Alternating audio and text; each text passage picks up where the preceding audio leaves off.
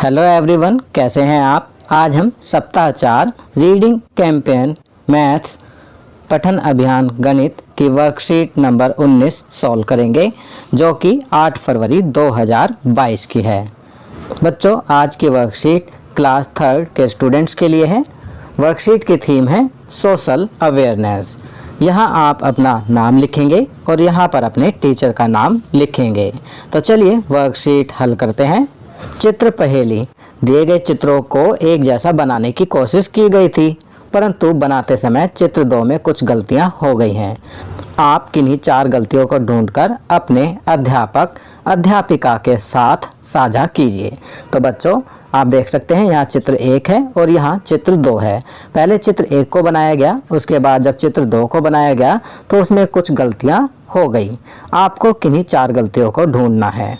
आपकी सुविधा के लिए मैंने यहाँ पर 7 गलतियाँ ढूंढी हैं। आप देख सकते हैं पहली गलती यहाँ पर मेज में आप देखेंगे, यहाँ पर ये इस तरह से होल है, जबकि दूसरे चित्र में नहीं है। दूसरी गलती यहाँ पेपर पर आप देख सकते हैं जो डिजाइन है वो यहाँ नहीं है, जबकि पहले चित्र में दिया गया है।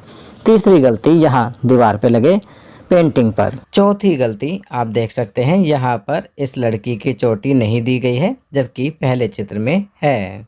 पांचवी गलती यहाँ आप देख सकते हैं, यहाँ गमला दिया गया है, उसका डिजाइन अलग है और पहले चित्र में अलग डिजाइन है।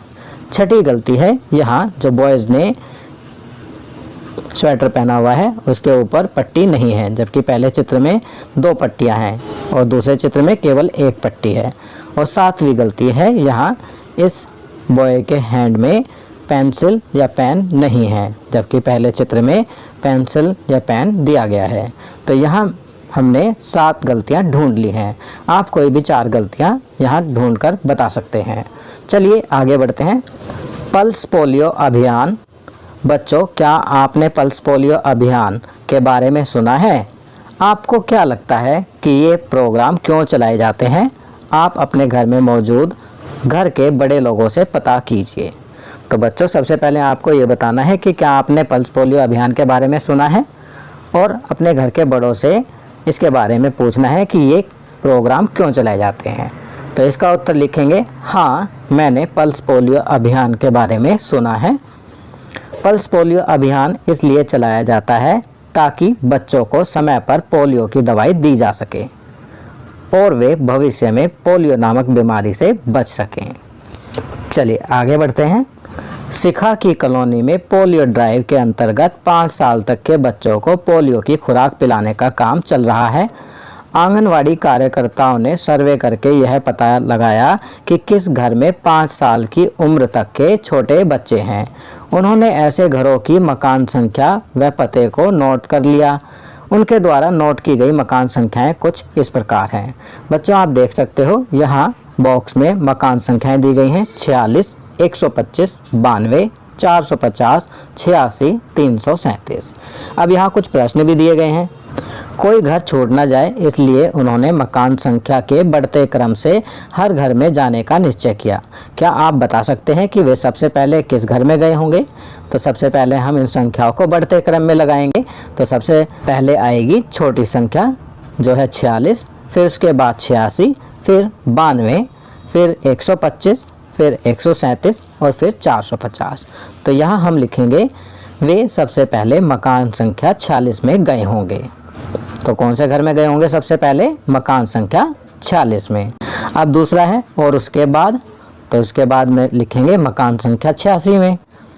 अब तीसरा प्रश्न, अब आप ऊपर दी गई सभी संख्याओं को देखकर बताइए कि वे आगे के घरों में किस क्रम में गए होंगे। तो पहले 46 में जा चुके हैं, उसके बाद 86 में। तब कौन कौन से मकान संख्या बचे हैं? 92, 125, 337 और 450। तो वे उसके बाद 92 में जाएंगे, फिर 125 में और फिर 337 में और आखिर में 450 में जाएंगे। चलिए आगे बढ़ते हैं। अब यहाँ पर दिया गया है आंगनवाड़ी कार्यकर्ताओं की कुछ और टीमें अलग अलग इलाकों में सर्वे करके मकान संख्याओं को लिखकर लाई है। क्या आप संख्याओं को लिखकर बता सकते हैं कि उन्होंने किस क्रम में हर घर में जाने का सोचा होगा? तो बच्चों, यहाँ देख सकते हैं तालिका दी गई है जिसमें टीम ए और मकान संख्याएं कौन कौन सी लिखी हैं? 198, 178, 189, 807, 187, 988।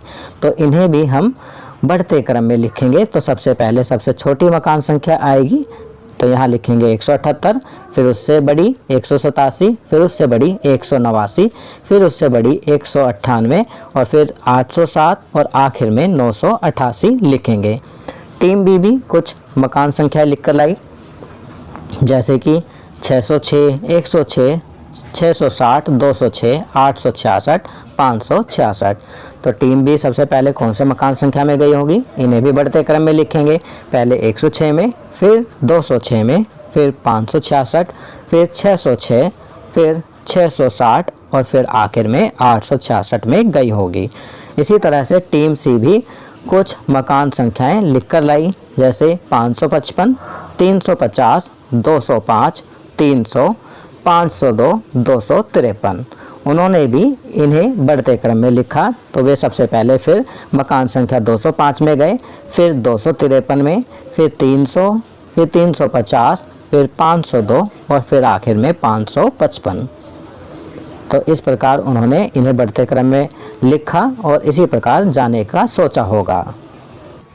तो बच्चों, ये वर्कशीट यहाँ कंप्लीट होती है। अगर ये वीडियो आपको अच्छी लगी तो इसे लाइक एंड शेयर ज़रूर करें।